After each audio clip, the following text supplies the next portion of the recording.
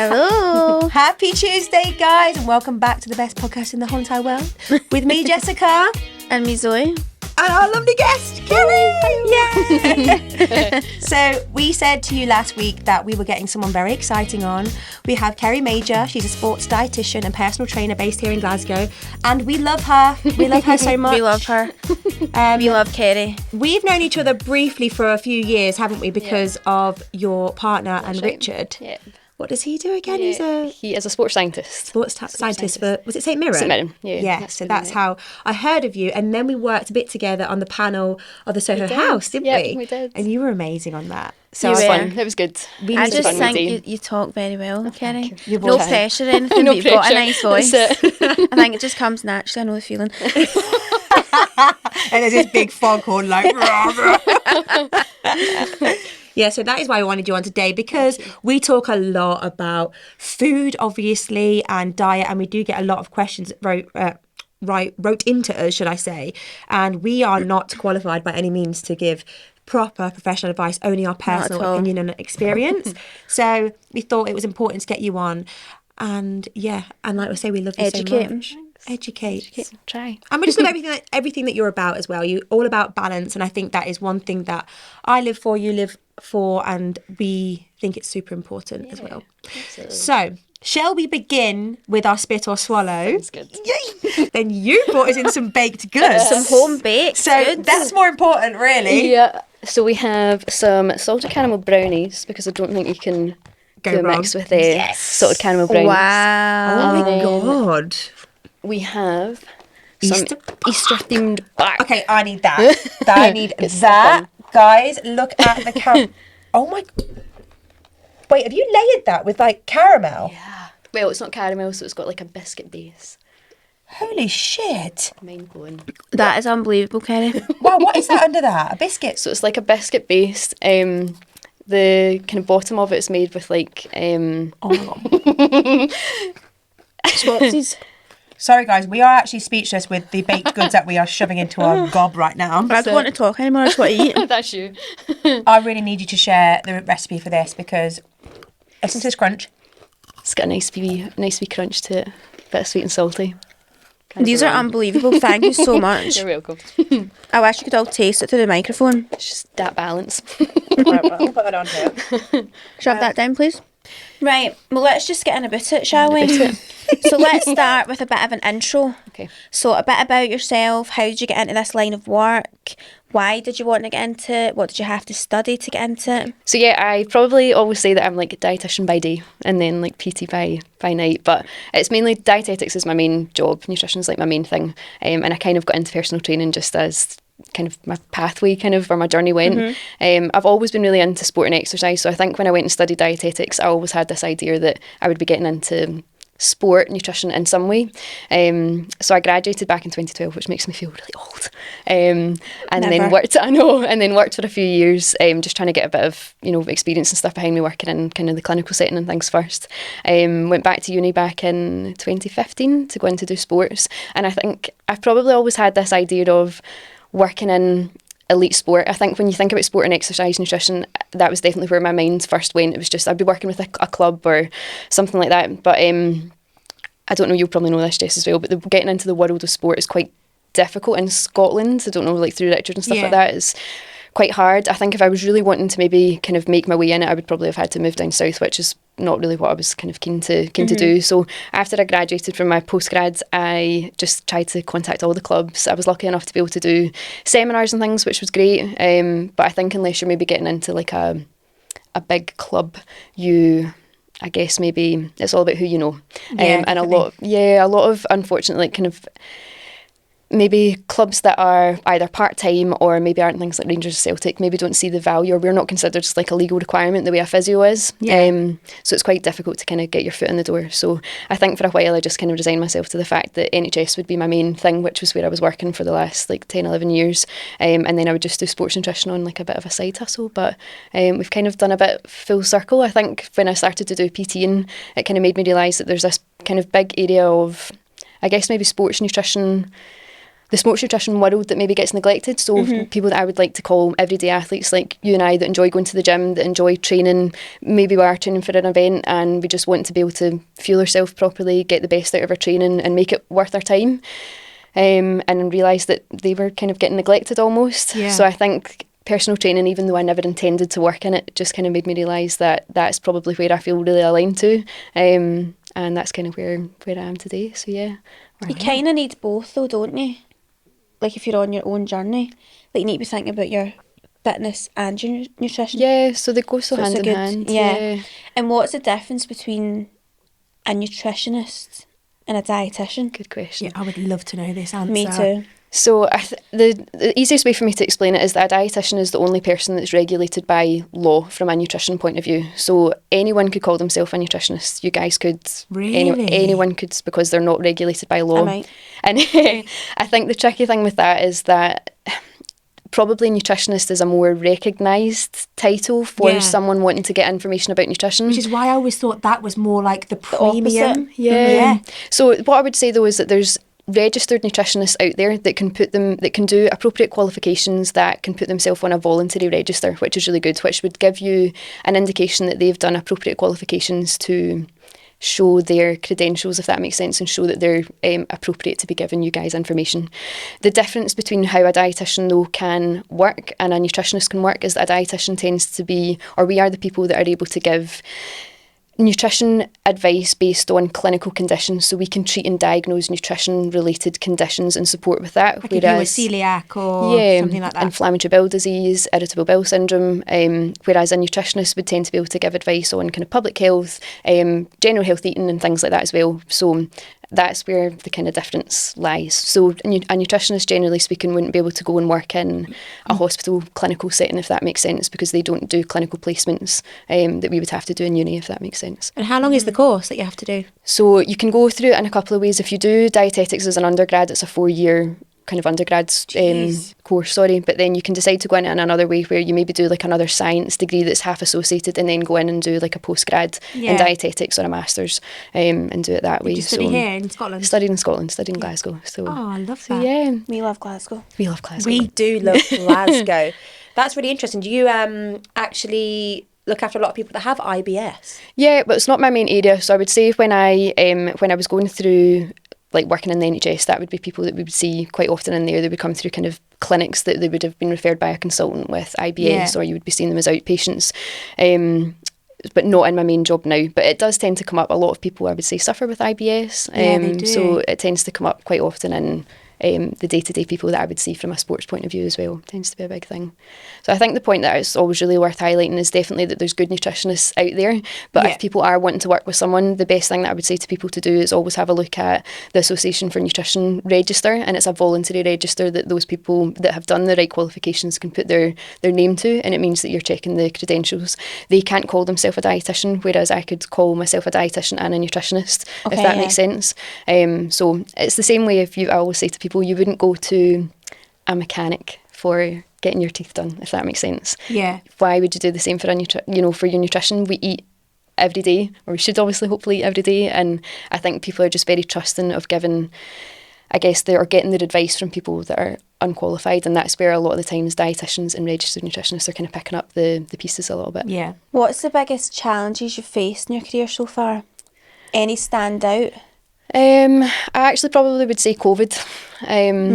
I think I don't know if my other colleagues would agree. I think a lot of people that I still keep in touch with from my NHS job would say the same, that I think unless you maybe worked in the hospital setting during that time, I don't think anyone really gets it. It was really, really horrible for the first couple of years that was obviously as bad as what, or when COVID was at its worst.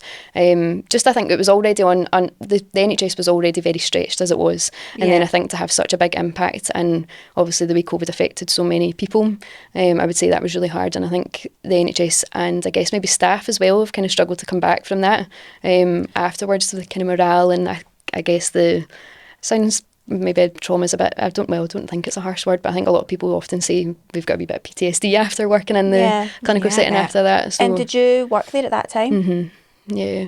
So it was an eye-opening way to work, but it was the nice thing about it was that everyone really did try to come together, and taking all the whole clapping for the NHS out of it, because that kind of makes me cringe a little bit. But Yeah.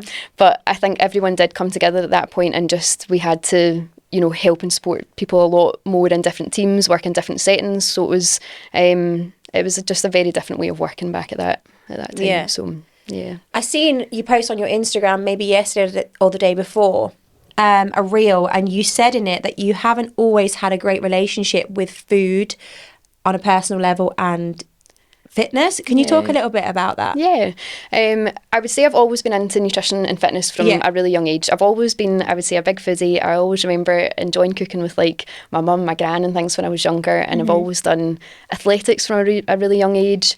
But I would definitely say kind of around the end of school, high school, and then maybe as I was going through uni, before I really kind of got my head together with what nutrition was all about. I went through my own journey with nutrition and fitness, of where I focused just on the number on the scales, where exercise was literally just a means of trying to make yourself smaller, and it just took all enjoyment away from it, which was really sad. I think every day I remember getting up and standing on my scales, wondering why things hadn't shifted, and it was horrible. And I often speak to my clients about that and say to them that one of the most, scale weight has its place, and with the right person, it can be a useful tool. But often what I'll say to people, it's one of the most liberating things is chucking out your bathroom scales. Because all it literally shows is your relationship with gravity and nothing else. That's the way I like to think very about true. it. Yeah. It doesn't show you anything. It really means nothing. It really does. Yeah. We can literally go to the toilet and weigh 2 pounds different. And also the time of the month as well, especially in women, how your weight fluctuates. Isn't that so important about how we train? Because sometimes we feel stronger, don't we, when we go to the gym certain weeks of the month, and then there's one where I think I feel so weak. Yep. Isn't that all to do with like your menstrual cycle? Absolutely. And things? I think that's a really important thing to talk about, is that scale weight, like I said, has its place. And the only time probably me as a dietitian in my current practice now would ask for someone to give me their weight is to work out their requirements, because it's all weight-based equations that we use. So unless Like macros and stuff. Yeah. So unless I was able to get someone into a lab somewhere and we could test how they oxidise all their food by wearing big, fancy machines and stuff like that, which isn't going to happen. So weight can be useful at that point, but otherwise, I would say it's a really unreliable marker of progress. And it's where I would say for a lot of my clients, although, for example, weight loss or fat loss can be a really appropriate goal, and 100% it can be, it shouldn't be the only marker that you use. So it's where things like, yes, you could take other measurements or photos or whatever if you wanted, but I often ask my clients to think about things that are a bit more intrinsic, if that makes sense. How are you feeling in your training? Do you have energy? Are you sleeping better? Is your gut symptoms, is that all working as it should? Focusing on those things will make your whole nutrition and fitness journey far more rewarding. Yes. So, yeah. So we've got a few different topics just off of like what our listeners have asked, what we want to ask. Yes, we've got lots of questions. Yeah, Jess sent me a list of about 40 questions, so I had to break them down. But first topic we're going to look at is diet. Yep. As a whole, everyone's quite interested in that. So what does a balanced diet really look like? To you. To me, the way I often like to put it is that a balanced diet includes nutrients and enough energy that makes you feel good and a little bit of what you fancy. It sounds cheesy, but there's I think I often say to people that I think when you call yourself a dietitian, the first thing that I often get told or people say to me is, I shouldn't be eating that in front of you. But I would say to you that if anyone tells you to cut out certain foods, you probably should run for the hills, because that is not a sustainable approach to eating. And there's foods that not every food needs to give you, I guess, maybe a nutritional value. There's so much more, or there's so many other reasons that we eat the way that we do, whether it's social, cultural, just sheer enjoyment out of it. And I think that's where probably as we kind of went through the last maybe 10, 20 years where clean eating became a big thing, a lot of people really lost that enjoyment out of it. Yeah.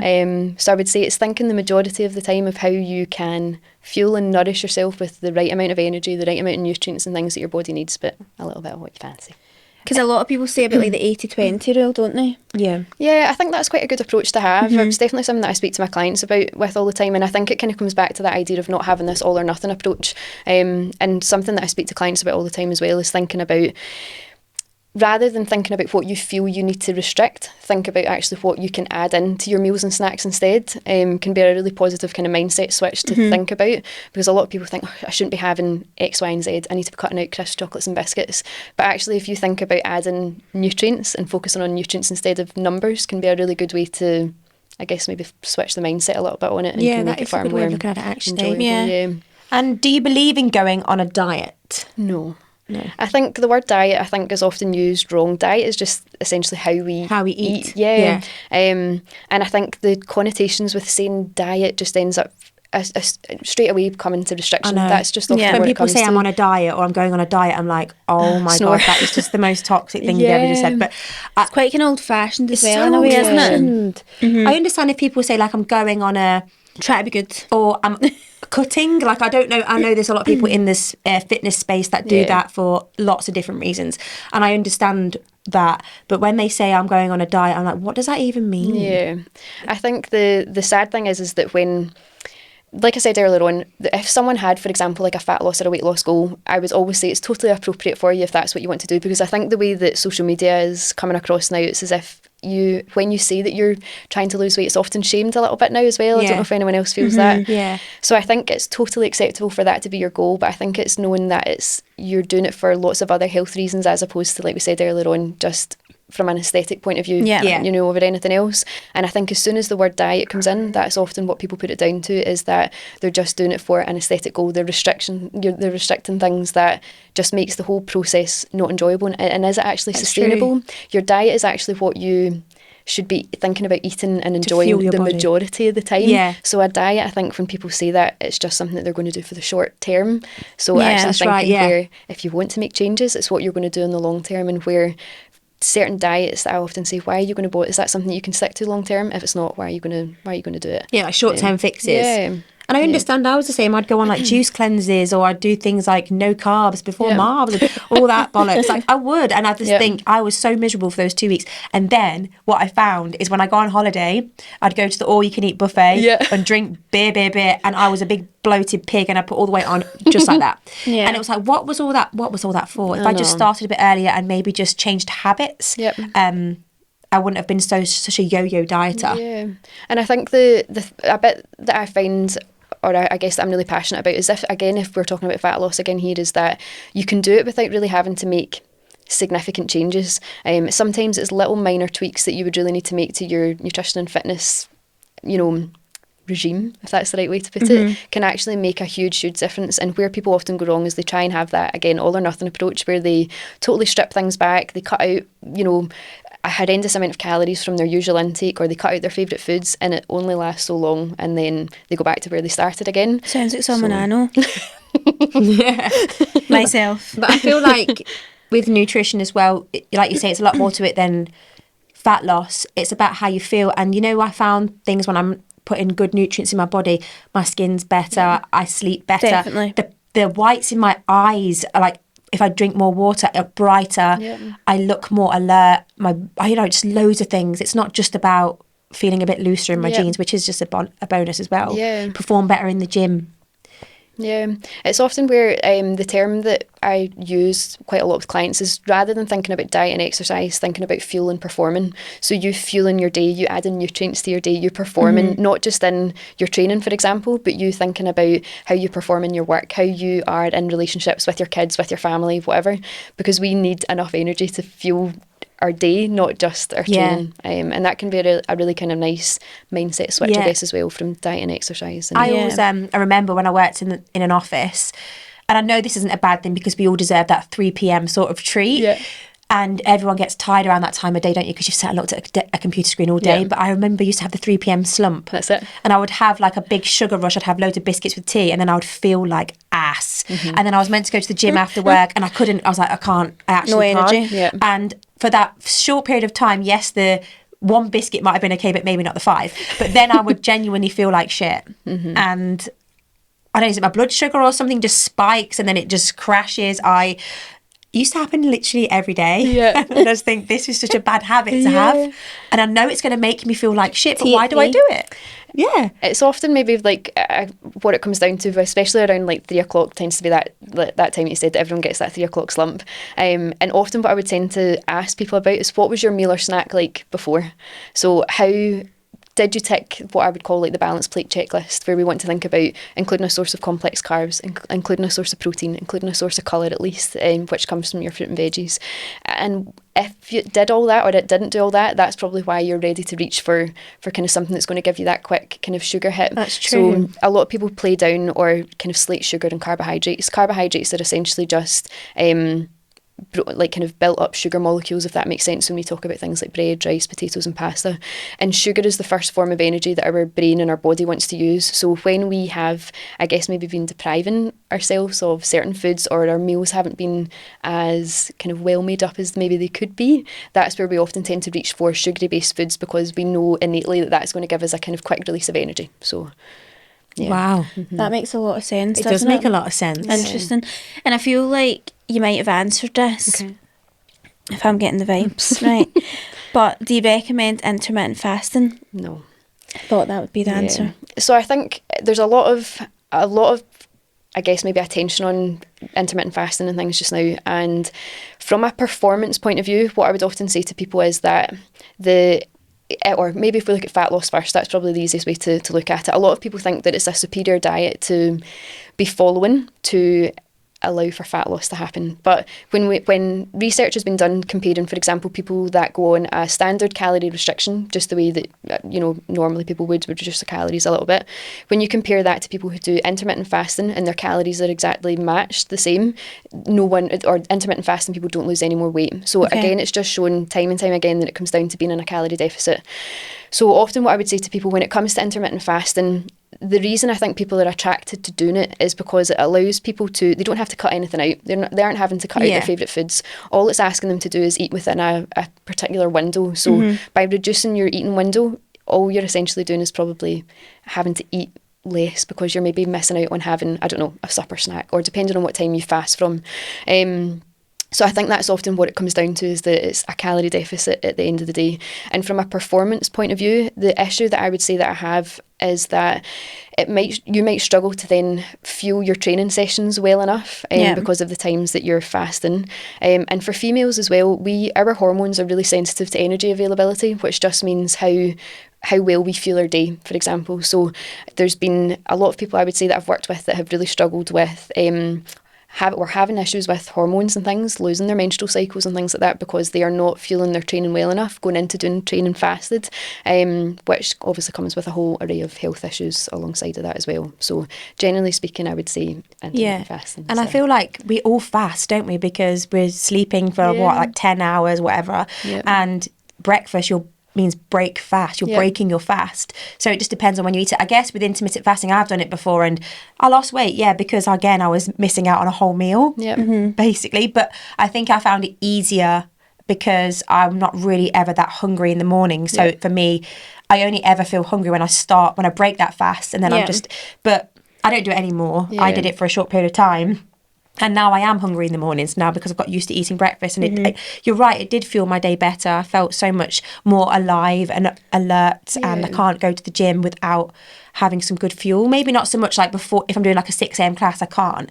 But I would come home and eat straight away because I'd be starving. Yeah. I think as well, a lot of people would argue that intermittent fasting, some of the other health benefits that are coming out from some of the research, I think it's not really clear yet whether the benefits are coming from people who are losing weight and getting benefits as a result of losing weight, or whether it's actually coming from the intermittent fasting approach. And I would probably argue it's more likely coming from people that are losing weight, which is probably allowing for some health benefits associated with that in the first place. Of course. And it's often, from a dietetic perspective as well, it would never be something that I think people need to be really careful of going into it, because for someone that, for example, maybe has a background of disordered eating, it just adds in another restriction there, which at the end of the day, is it something that you're going to be able to do long term? Which is what we said before, probably not.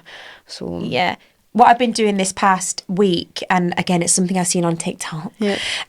But I've been trying my best to not put the first thing that I put in my body is coffee. Okay. Because that is something that I felt like I do instantly. It's like I'm addicted to it. Yeah. And I know that's maybe a good or bad thing, I don't know, but I've been trying to have a green tea instead, and then I'll have my coffee. Do you find there's any benefits to that? I don't know if I feel like I'm overthinking it and I feel better, but sometimes I feel like coffee can maybe make me feel a bit clouded if it's the first thing I put in my body in the morning. A bit heavy for the... Yeah, like I'm dehydrated in the Thoughts? night and then I'm putting coffee in it. Like, should I have like a pint of water or green tea? Or do you think it's fine to have a coffee in the first thing in the morning? Yeah, I would say what I wouldn't do is using coffee as, for example, breakfast. So a lot of people, I would say, do that, which I think isn't what we should be doing. If you're people going to say it suppresses their hunger, don't they? Yeah, which again, where does that's coming feeding into that kind of disordered, you know, eating again. If that's what you're wanting to do, you should be honouring your hunger cues there if it's there. So I wouldn't say it's necessarily a bad thing though if you're just enjoying having a coffee. But often I would say is you are going to wake up probably dehydrated from not having anything obviously overnight. Yeah. That have a coffee and make sure you take some fluid. So one thing that I often speak to clients about is rehydrate before you caffeinate. You know, so trying to get some I like fluid, that. you know, into you first, and then enjoy your coffee. So that's what I've been doing, and I do genuinely think it's making me feel better. Yeah. But I don't know if it's just because I'm like telling myself that. I'm like, is there any science behind it? But surely that must be better to put water into your body before you then put caffeine. Well, I think a lot of people think that that caffeine dehydrates you, but it actually doesn't. It does have a mild diuretic effect. That's a fancy word for it. It's just making you go to the loo a bit more often. But Yes. I think some of the research is saying that compared to someone who, for example, was having a glass of water and maybe had coffee, the amount that it would maybe cause you to lose in comparison to one another is like 100 ml, so nothing significant. Yeah. So if you were to drink, for example, I don't know, a 300 ml coffee, it's still going to give you fluid, so it might might allow you to get rid of a little bit more water in comparison to a glass of water, for example, or another drink. But it doesn't dehydrate you. So I would say coffee and tea and stuff all contribute towards your fluid intake, which is great. I would just say most of the time, is that what makes up the majority of your intake? If it does, you maybe want to think about adding in something else. Yeah. Coffee's great. And you think drinking water is so important? How much should we drink? This is one that I would always say is quite difficult to give recommendations on, because your fluid requirements are going to be very different to someone else's, and that's depending on where you stay, how much you sweat, what your body weight is, how old you are, all those kind of things. A good guidance, and I know this sounds daft, often I would say to people is look at the colour of your pee. And I know that sounds really daft, but No, it doesn't at all, because you If my pee is yellow, you're like, I'm dehydrated. Definitely. So you want to always aim for a pale yellow straw colour of urine, and that's you. And if people do want a guidance, often what I would say to people is, well, if they have their body weight in kilograms, times it by 25, times it by 35, and that would give you like a rough guidance. So say you were 65 kilos, times it by 25, times it by 35, and that gives you a rough estimate. But again, that's just an estimate. If people are keen to know, you're better off looking at the colour of your pee to give you a bit more of a guidance. And the more you exercise, the more sweat you're going to lose, all of that kind of thing. So yeah, that makes sense. Because a lot of people say like 2 litres. 2 litres I would say is a Standard. good aim. Say for like the average person, and I would probably as well say that a lot of people aren't even hitting that. A lot of people I would say that I work with are lucky if they're hitting kind of a litre and a litre and a half, and that's people who are training as well. So I think we only really are getting dehydrated we are already dehydrated by the time we feel thirsty, if that makes sense. So we essentially don't really want to get to feel thirsty first, if that makes sense. Yeah. So I think that's what we want to be thinking about as well, is that we never really want to get to that point. But quite often if we were to go throughout our day-to-day, we're more likely to probably pick something up to eat, and that might actually, I don't mean put away our thirst cues, but we might not think about it just as much. Yeah. And then before we know it, we've got to the point where we're gasping for a drink, and that's already got to the point where we're dehydrated, which isn't what we want. So yeah.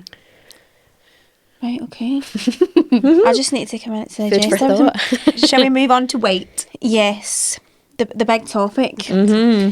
So, can you explain to us what is a calorie deficit for those who don't know, and should everyone be in one to lose weight? Okay, so a calorie deficit simply just means you eating less than what your body requires, if that makes sense. So if we were trying to maintain our weight, the amount of energy or calories that we consume from the food that we eat must balance the amount that we expend day to day. And that's not just from exercise, that's from even the energy that we sit, or we use when we're sitting at rest, pottering about our day to day. So if we are wanting to lose weight, yes, a calorie deficit is the only way that you're essentially going to be able to lose body fat. So I think there's so much kind of misconceptions out there about how we can lose weight and the kind of magic cure that would help to or a kind of quick fix again. It all comes down to a calorie deficit at the end of the day. I think if we can understand that and understand that it comes back to energy balance and things, a lot of people would be able to understand that when it comes to making dietary changes, they really don't need to do a lot to kind of make something or to kind of move the needle a bit when it comes to weight loss. Which I think if anyone could take anything away from that, that's definitely what I would. Yeah. A calorie deficit is kind of key to making fat loss happen. I've got a good question for you, because I know there's a huge shift on social media in the recent years where I feel like a lot of personal trainers or anyone online that's speaking about diet, thankfully, majority have the same sort of message where calorie deficit has really become quite a thing. And it's making more sense to people. As before, when I was younger, it was like Weight Watchers, Slimming World. Again, they are all calorie deficit, but people don't think it like that. Keto, paleo, God, you name it, whatever those crazes at the time. But yeah, what's your thoughts on like everyone keeping that sort of same message? And there's arguments that there's 1,000 calories in a Big Mac. If I was to eat 1,000 calories a day, let's just say for argument's sake, and I was to have 1,000 calories of a Big Mac, but then 1,000 calories of vegetables. Does it matter, basically? Am I going to lose weight? Do you know what I mean? But I then know from a nutrition standpoint that I'm going to probably get more from the vegetables and the chicken than I am a higher in saturated fat, probably burger. But people argue different. So at the end of the day, it's always going to come back down to a calorie deficit. So if your calorie requirements were 2,000 and you had 2,000 calories worth of chocolate or Big Macs or whatever it might be, if you compared that to someone that was having 2,000 calories on fruit and veggies or whatever, balanced diet, people would hopefully be losing the exact same amount, assuming all other variables were equal, if that makes sense. So at the end of the day, it's always going to come down to a calorie deficit. But I think the really important point to, I guess, highlight on that is that if you were filling yourself up with more processed foods and foods that I guess maybe give you lots of calories but in a small portion. In 2,000 calories you could maybe have, I don't know how much is in a Big Mac, but 3 Big Macs, and you probably will not feel very satisfied for very long after it. That's true. And I think that's what often I do with my own clients, is say to them think about volume eating a little bit more. So where you can think about foods that give you, I guess, maybe less calories but in a much you can eat more, within like a smaller portion, if that makes sense, and it gives you less calories. So it means within your calorie budget, if that's what you're working towards, you can eat far more and it will make you feel far more full, as opposed to maybe just trying to have it on processed foods. Yeah, because it's like that analogy where they say, what's heavier, 1,000, a picture of like feathers in a box. It's like 1,000 ton of feathers or 1,000 ton of bricks. Yeah. And the bricks is like that and the feathers is like that. And it's the same. It's like calories. Absolutely. That's obviously going to fill you up way, way, way more. But the bricks, for example, is a lot smaller and it wouldn't. So I suppose it just makes so much sense when you think of it in that way. And it's actually been able to, the kind of way that I'm working with clients now, a lot of my clients are on either a shift in body composition journey or a fat loss journey. And it's one of the biggest things that they would say to me, being like, oh my God, I can't believe you've told me that I can eat this amount of calories, where, for example, certain popular calorie tracking apps have maybe told them to eat very little, or they've been told by someone else to strip their calories back to very, very little. And I think being able to give them the freedom to actually say, do you know what, you can eat this amount, you actually have really high requirements, even if you're on a fat loss journey, but you can fill that with so much food by just, for example, thinking about what you can add in to certain meals and snacks to make them more nourishing, to make them more filling, will keep you going far longer and actually make you hopefully not crave certain foods maybe just as much, because you feel really full and satisfied from building balanced plates and snacks. I feel like when I come home if I came home from the office or something and I'd come home and I'd be instantly starving, I'd cook my dinner but I couldn't possibly wait that 20 minutes. Never. So I'd binge in the fridge and next minute I'm like, I've just probably ate 1,000 calories of snacks because I wasn't fulfilled in previous meals possibly. So definitely wild. And that kind of leads us on nicely to the next one, because if you're on a fat loss journey and you're wanting to be in a calorie deficit, making sure you are, how do you recommend tracking that? Do we use the apps? Do we just get a feel for what's right? Yep. Like, how do we do that? I would say it depends on the person. Okay. I think what a lot of people aren't aware of just now is having a calorie awareness. A lot of people don't know where their calories come from, which I think can make things much more difficult.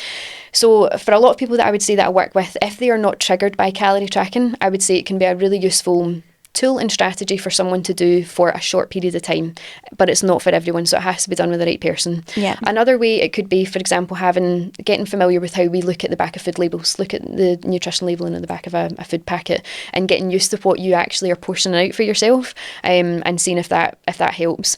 We could also, if someone is really against kind of tracking calories, get them used to kind of, again, that approach of what can you add into your diet and things. So you're looking at maybe portion sizes with handy measures. So like a portion size of protein is maybe about the size of your palm if you were looking like a piece of chicken, for example.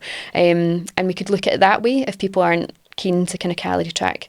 But I would say that for the most part, a lot of people should be getting a calorie awareness in some way to know where their calories are coming from. I feel like it's so important to do that at some point in your life to really understand how much you are overeating or undereating, because it's a shock. Sometimes you look at it and you're like, Jesus Christ. And I think as well that a lot of people you can eat all the healthy food in the world, but if you're still going over what your calorie requirements are, you're still going to gain weight. And then if you're that like, makes sense. why am I gaining weight? I'm eating so much good food. You're like, yeah, but you're eating too much of it. Yeah. That's definitely me, honestly. Like, if I really knuckled down on the diet, I think I'd be in unreal shape. I do. You are? No, I'm not. But I mean, like, I could be because of how I exercise. But I just love my food too much. But I also that's think, okay. but that's where I often speak to clients about as well, that again, if a fat loss journey is something that someone wants to be on, fine. But I often say, is it at the expense of a whole lot of living? And I know that sounds a bit sad, but I think both guys and girls have, I think, been through a lot over the last 10, 20 years and things, and I think our generation and our mum and dad's generation have been hit hard with like the diet industry for a long time.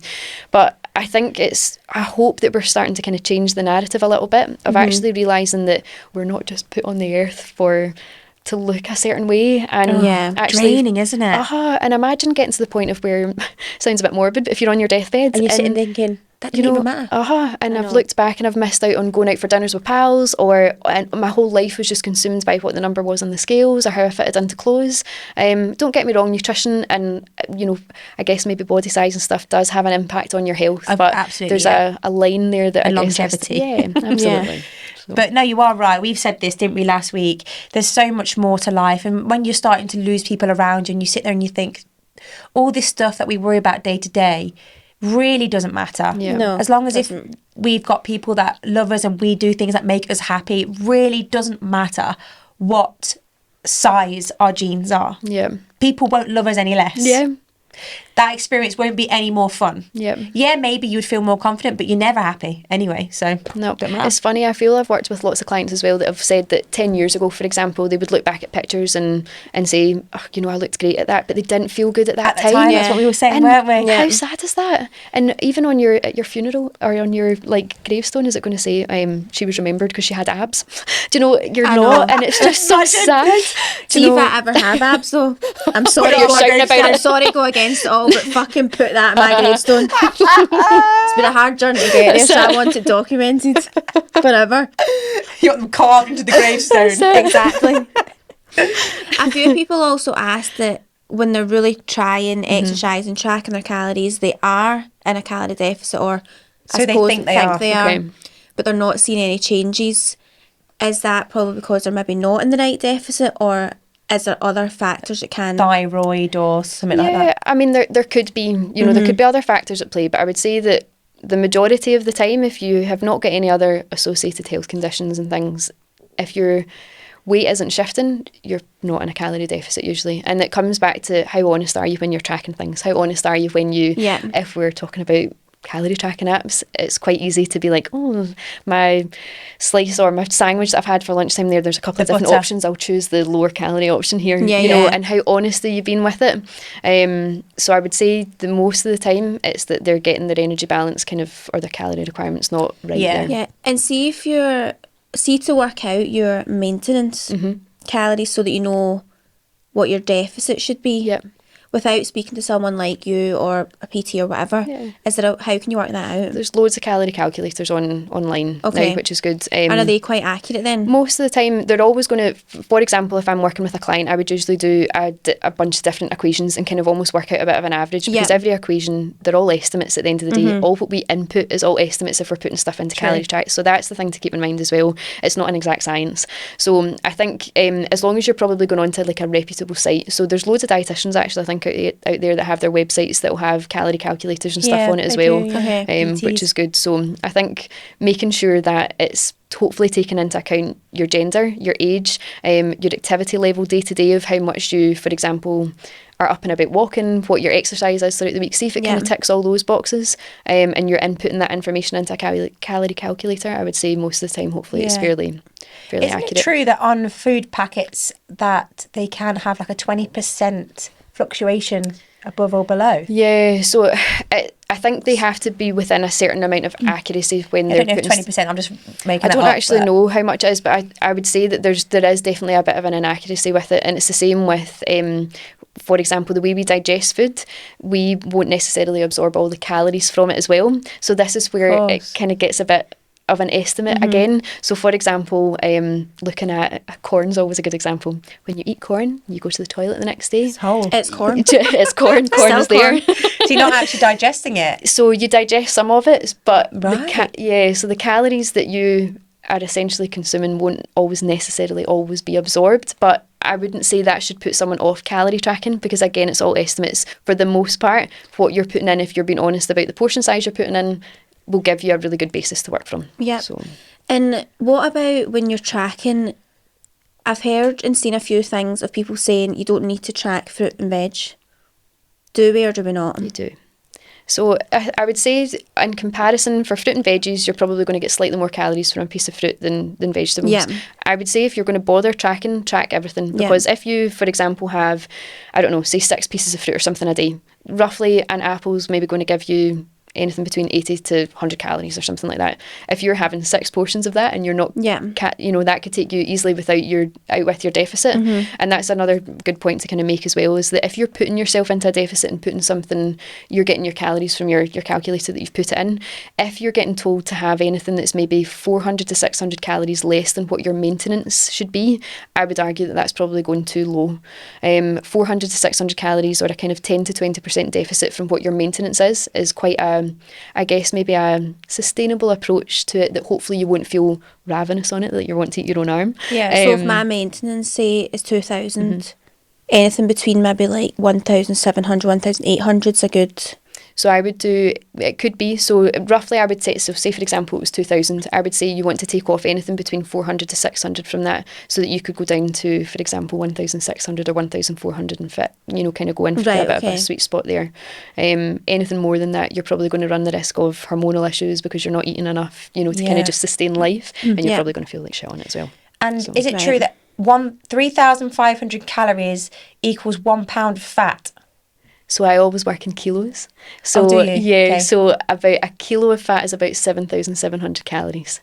So Okay. yeah, pounds always get mixed up in. So yeah, if you think about that as well, that's a lot of calories. So see when people's weight shift, for example, if they step on the scales one morning and then they step on them again at night, 1 kg.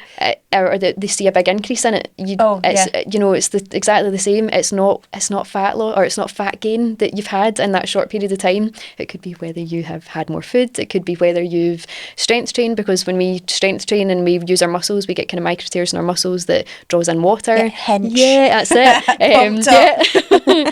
So all of these things affect it. So if anyone sees any big shifts, it's probably because of other factors as opposed to fat gain. Yeah. Yeah, interesting, right? Right, so next topic is protein. I fight with protein every day, I'll just tell you that right now. Yeah, you do, don't you? I don't want to believe that you need a lot of protein in your diet, but you can tell me otherwise. So is it essential? Yes. To what extent? For example, when you follow these macro things, which is your protein, fats and carbs, mainly, and it's always like a lot of grams. Yeah. Like I would say when I've looked at mine, it's say 140 grams of protein. So I'm trying to make that up with like bars, shakes, yogurts, everything. I just need your overall thoughts on that. Probably, I would say the amount that you've just said there probably sounds a bit accurate, even though I've obviously not sat and worked them out. So sorry, I hate to tell you. But roughly for someone who maybe does some strength training throughout the week and who wants to, I guess, also been on a fat loss journey, you want to be able to make sure that your protein is within a certain range to make sure that when you are...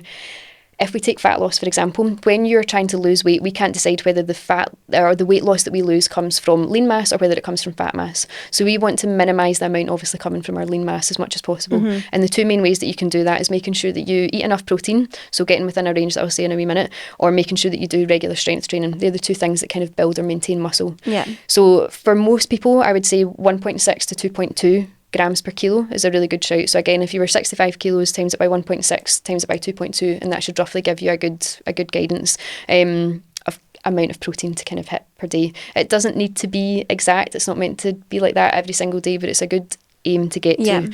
So a lot of the times for most people, about that kind of 150 mark can be quite a good target to try and hit.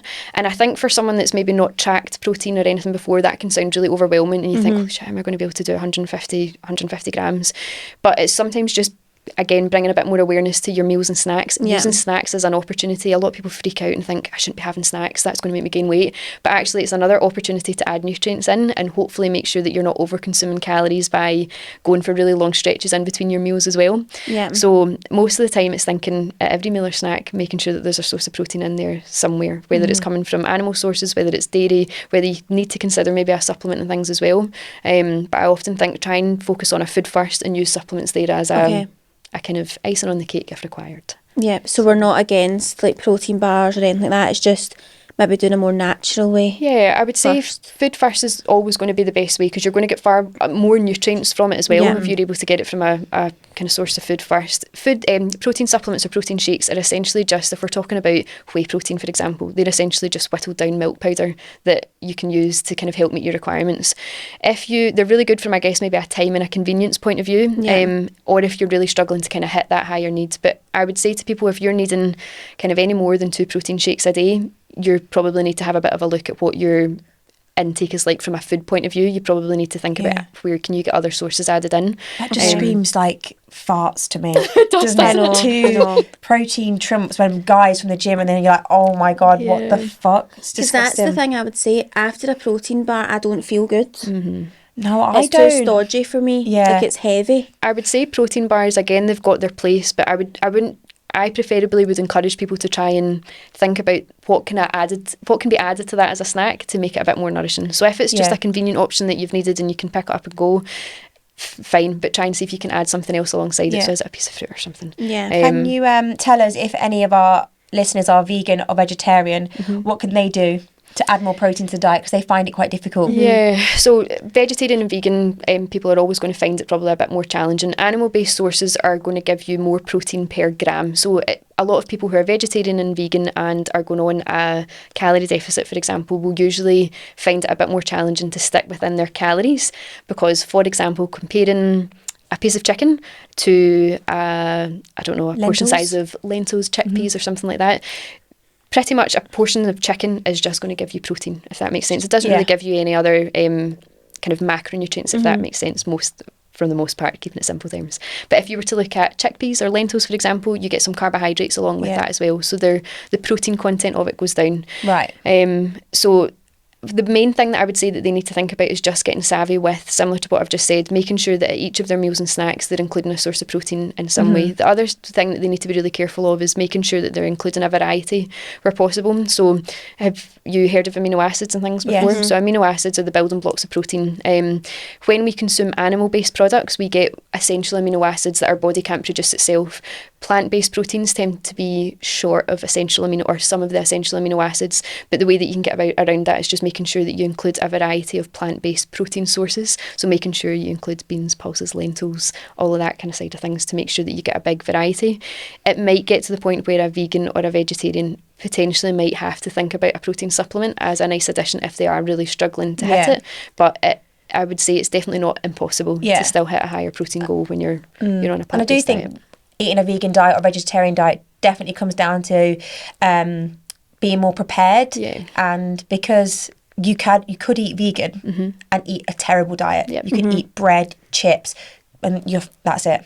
Yep. You would never, prepare and make yourself a really big salad with all of the pulses, lentils and whatnot. Yeah. So I do think it takes a bit more preparation to have like a really healthy vegan vegetarian diet, doesn't it? I think as well it's where we had come into a lot of difficulties when veganuary became like a really big thing. Yeah. A lot of people just thought it was the better way to eat from a health point of view, of potentially from a weight loss point of view as well. But it shouldn't be taken lightly. It's definitely something that I would say that you need to do your own bit of kind of research into as much as you can to kind of make sure that you're getting all the nutrients you need and you're not excluding a full food group and thinking about what you're missing out on. Yeah. So see, we've got two calorie deficit people, right? Yeah. One is just eating anything but within that calories, not a lot of protein. Okay.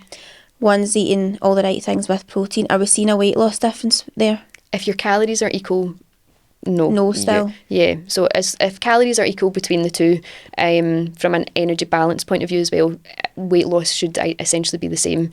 But from a body composition point of view, if you're eating hopefully enough protein, it means that you're more likely going to maintain your muscle mass, which again... So it's kind of like losing it in the right places. Yes. Yeah. Right, When you okay. tear So, your muscles, they only build when you eat protein, is that right? Yeah. Yeah. After you've been to the gym, you're tearing Yeah. the muscles and So then... it's more about protein to sort of tone up. Yeah. But that also sort of protein's thing. quite filling as well, isn't it? So proteins, it's the same with fibre, for example. Protein and fibre are really satiating nutrients that we call them. Yeah. So that's why I often say to people, make sure that you have a source of protein, definitely at each of your meals, but probably at your snacks as well. One, to hit higher protein goals, but also to keep you fuller for longer. So it's really going to help from a weight loss point of view to make sure that the weight that you are losing is hopefully coming from fat mass and minimising the amount that comes from lean mass as much as possible. I think that's the first time I've fully understood that, by the way. So congratulations, because I've been on a long journey with that. I think it's just because when you know you've got that goal, that's sort of like the pressure to meet that. Yep. And then when you don't, I've kind of felt like, does that mean I won't see results then? With the protein specifically? Yep. But it's just good to know that, yeah, you still will, but it's just a better way of doing it. Yeah, is having a absolutely. higher protein And diet. you'll probably feel much fuller. Yeah. Like Jess was just saying, you'll feel much fuller Which by you making definitely sure. do. Yeah. Yeah. Right, So let's move on next to up, supplements. This is quite Sure, an hit me. interesting one. should everyone be taking supplements daily? No. It depends on what it is. So again, it comes Okay. down to like an individual basis. In the UK, for the most part, generally speaking, we're allowed to say that everyone should be thinking about taking a vitamin D supplement during the autumn and winter months. Yeah. Especially in Scotland. Especially in Scotland. As we all came crawling out the dark and things just now. But yeah, definitely during the autumn and winter months, we largely get the amount of vitamin D that we need from the sun. We Yeah. get some from our foods, but probably not enough. So vitamin D is kind of the main one. Otherwise, the other one that I would say that a lot of people do potentially need to consider is if they're not taking oily fish within their diet, or making sure that they get enough plant-based sources of it. An omega-3 supplement potentially is something to consider. We're not really at the point where we can make general recommendations on that, Yeah. like the way we do with vitamin D now, but omega-3 I would say tends to be the one that a lot of people don't eat a lot of oily fish, that usually tends to be the other one that is worth potentially Yeah, I considering. eat quite a bit of fish. Yeah. Yeah, me too, actually. Good. Yeah. Healthy heart, healthy brain there. I hope so. Love a bit of fish, me. Yeah. So in general then, a lot of people are taking like vitamin supplements, loads of different things. Is that a bit of a Fad. trend? Yes, I would say so. Yeah. So I think some of them have their place. If someone's diet, for example, was shockingly poor in nutrients coming from foods, I would say that someone might benefit from considering taking a multivitamin. If their dietary intake of nutrients is poor. Where I probably have concerns though is if your diet actually isn't that bad and you're consuming a variety of things, a lot of people are taking multivitamins on top of what they're already having. So there's certain vitamins that we get rid of in our body through like peeing it out, for example, but there's other vitamins that are called fat soluble vitamins that if we take too much of them, we'll store them, which can run the risk of having toxicity, from certain vitamins and minerals. Okay. So I think that's the issue that I probably have with it sometimes, and I think people just think, I'll take a multivitamin, it'll be fine, it'll cure all my... But the reason that we need to get nutrients from food from the most part is to make sure that we're getting other nutrients alongside it, as opposed to just taking something in one tablet form. Definitely. I'd be really interested to ask you this because I know you know, but I take green powders every day without fail. And I also take magnesium. Start getting a nervous twitch here. No, I'm really interested in hearing your opinion on this, totally. And I take magnesium I feel like that's completely changed lots of things for me. Collagen? And I take collagen. Okay, I've been taking collagen for years, and I definitely feel like that's one of those where I feel like that's hard to say how I feel, but I do feel like my skin's been good. Yep. I feel quite youthful. I don't know, maybe it is helping. It's one of those things where I feel like I'm never going to stop taking it because I think it works. Yes. Keen to know your thoughts on green powders. I know a lot of people are against them, but for me, I got to a point where I was so ill, and I do think I eat a good balanced nutritional diet. I do think I love vegetables. I'm not someone where I don't eat greens or anything. But when I started taking those with magnesium, I think it was iron at the start, I did feel so much better. Okay. But I'm really keen to know what your thoughts are on them, because I know that there's a lot of people online that just promote these green powders that are getting paid for them. I'm not. I'm a customer. Yeah. So if I stop taking them, do you think it's a load of nonsense? I would say for the most part, just now the way it is on social media, I would say most of it is a kind of marketing side of things, the majority of the times. I think all that they're essentially going to give you is kind of nutrients, but in a kind of maybe shouldn't say this, but a bit of a disgusting form. They're surely not nice to drink. I've never tried them, but they're not obviously the most pleasant thing to drink. But the reason that we encourage, for example, everyone's heard about the 5 portions of fruit and veg a day, which is actually set as a kind of minimum that we should be hitting in the UK. Ideally, we should be eating more than that if we could.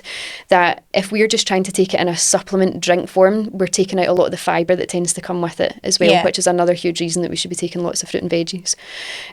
So that's probably the first thing that I would say that I have a concern of people just opting for that without thinking, do you know, what actually can I add in here, again, from a nutrient perspective from fruit and veg.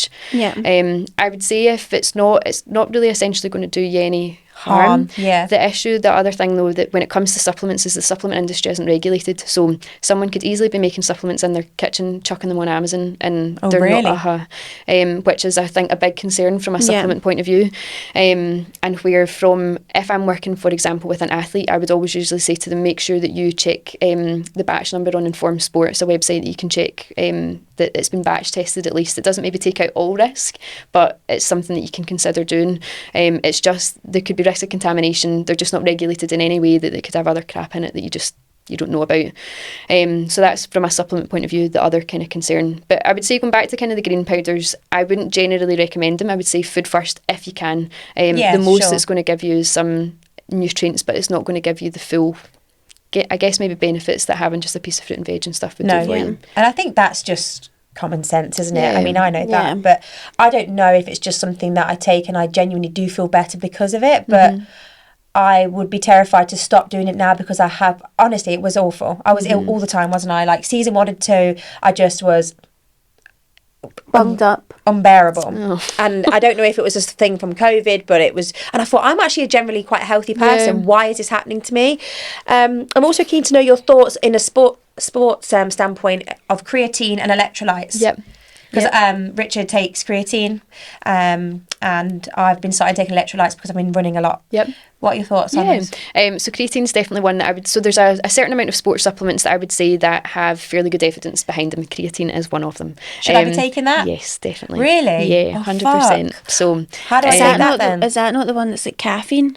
So creatine works in a way almost kind of helping you to produce more energy at kind of like a cellular level, if that makes sense. So it can really help with, for example, strength training, power output, different things like that. Really? So for the majority of people who are doing strength training, I would say it's something that's really good to add in. What brand should I use? Again, it depends. Always go on and just check Informed Sport, I would say, is a good shout. There's loads of different ones out there, but creatine monohydrate is the one that I would say has the biggest evidence. Creatine monohydrate, it's just the type of creatine that's out there. A lot of people ask whether they should be doing, there's a loading phase that you can do with it.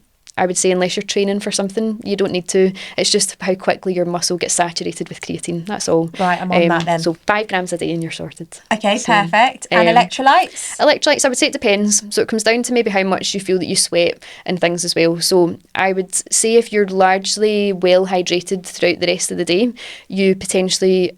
and you eat well, as well throughout the rest of the day, you're refueling appropriately after your meals, you might not necessarily need electrolytes. If you're doing a really long, kind of high intensity session where your sweat losses are quite high, I would say, again, electrolytes aren't really going to do you any harm and will help to replace the electrolytes that you've lost during sweat. Because electrolytes, for anyone that doesn't know, are just basically salts, aren't they?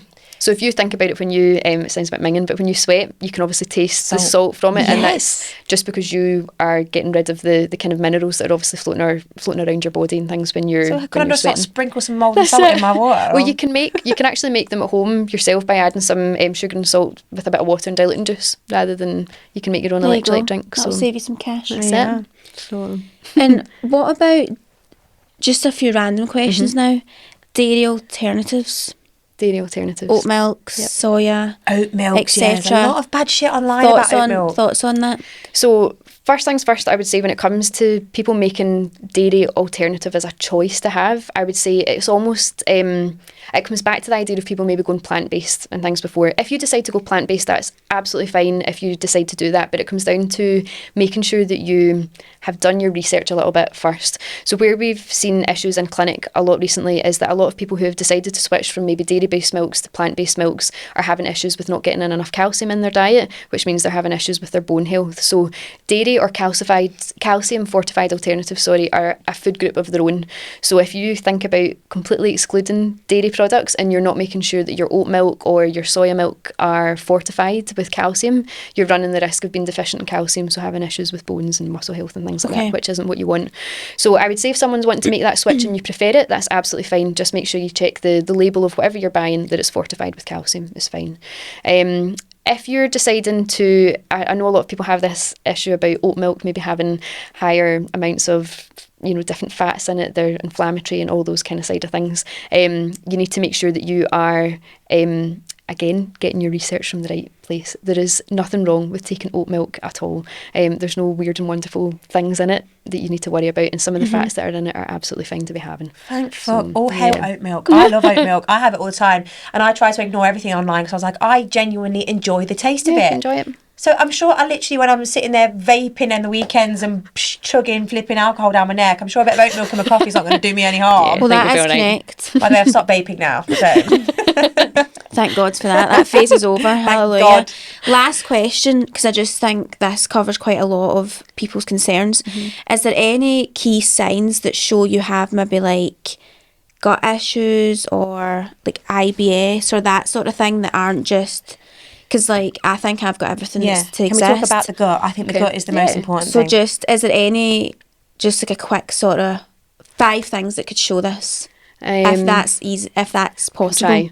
So I think when it comes to gut health, your gut health is essentially, anything that could kind of happen from your mouth down, if that makes sense. A lot of times that people are having issues tend to be with things like bloating, diarrhea, not going to the toilet often enough, usually tend to be the biggest triggers for people. So I would say if that is happening on a regular basis, it's where you probably need to have someone have a look at what your dietary intake is like and see if there's certain triggers. Skin can be another one, I would say, but most of the time what I'd like to say is your gut is almost like another immune barrier there. It's another amazing organ that we have that actually plays a huge role in our health. So I think if you're finding that other things are coming out in other ways, for example, skin health or whatever else, there are things that we could potentially be looking at from a diet point of view that could help.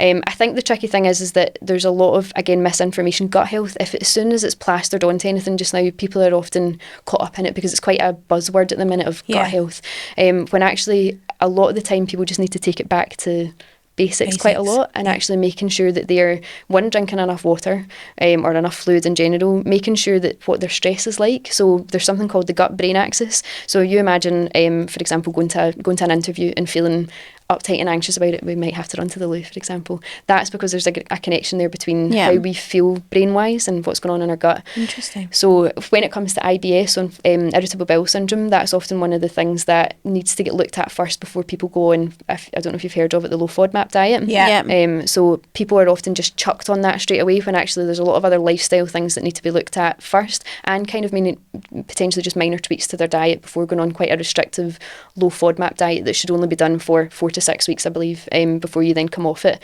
It shouldn't be something that's done long term. So I would say if it's something that's happening often, speak to someone about it and see. Perfect. Cool. Well, thank you so much. Thank you so much. That was amazing. Wish you could stay on for longer. I know, so many Thanks so much for questions. having me.